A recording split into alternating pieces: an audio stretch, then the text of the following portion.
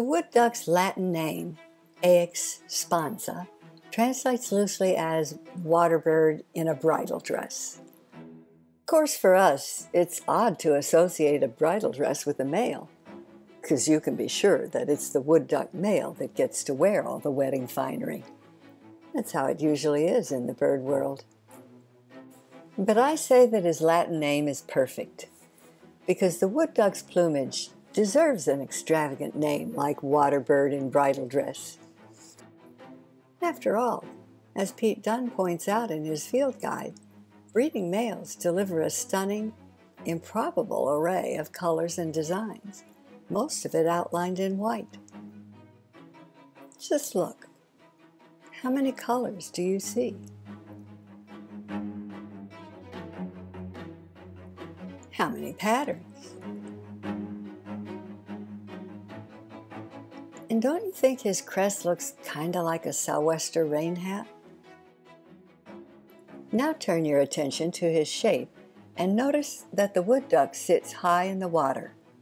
His squarish silhouette makes him a 15th century galleon of a puddle duck, complete with ornate figurehead.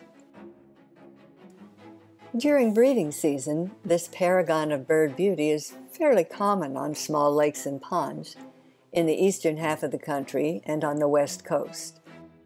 They're especially fond of skulking in the brushy borders of those ponds. During colonial times, too, he was common, but his numbers crashed in the late 19th century. Commercial hunting for the male's feathers, used in Victorian ladies' hats, killed off half the population, and habitat destruction took the species' other half.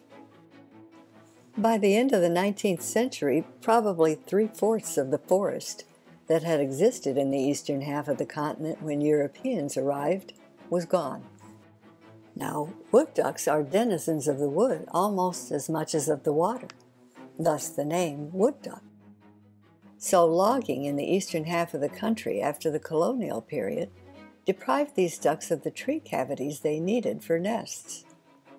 Furthermore, wood ducks avoid many predators by perching in trees. They even have claws to help them keep their balance on tree limbs.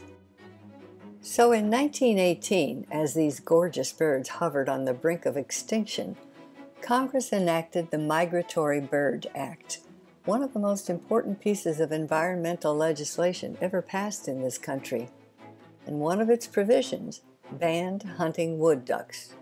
And that ban stayed in effect until 1941, by which time the birds' numbers had rebounded. While the hunters' guns were silent, a campaign to introduce nesting boxes boosted the wood ducks' numbers. Today, there are many thousands of those boxes, and the wood ducks are no longer in danger.